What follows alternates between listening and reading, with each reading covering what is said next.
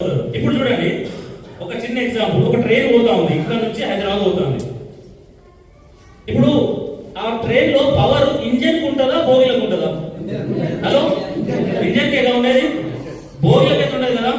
మరి మీరు ఏడ కూర్చుంటారు? హలో, అది పవర్ లేదు కదా. మీకు అర్థమవుతుందా?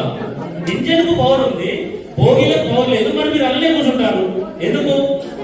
ఎందుకంటే ఆ ఇంజన్ కు ఈ పవర్ లేని బోగీలు కనెక్ట్ అయినాయి. నిజమా కాదా? ఇది మీకు తెలుసా? అంటే ఇంజన్ అయిపోతే బోగీలు ఆడిపోతుంది. కరెక్టేనా కాదా? నేను చెప్పేది ఇదే. ఇక్కడ గొప్ప గొప్ప పవర్ ఉన్న ఇంజన్లు ఉన్నాయి.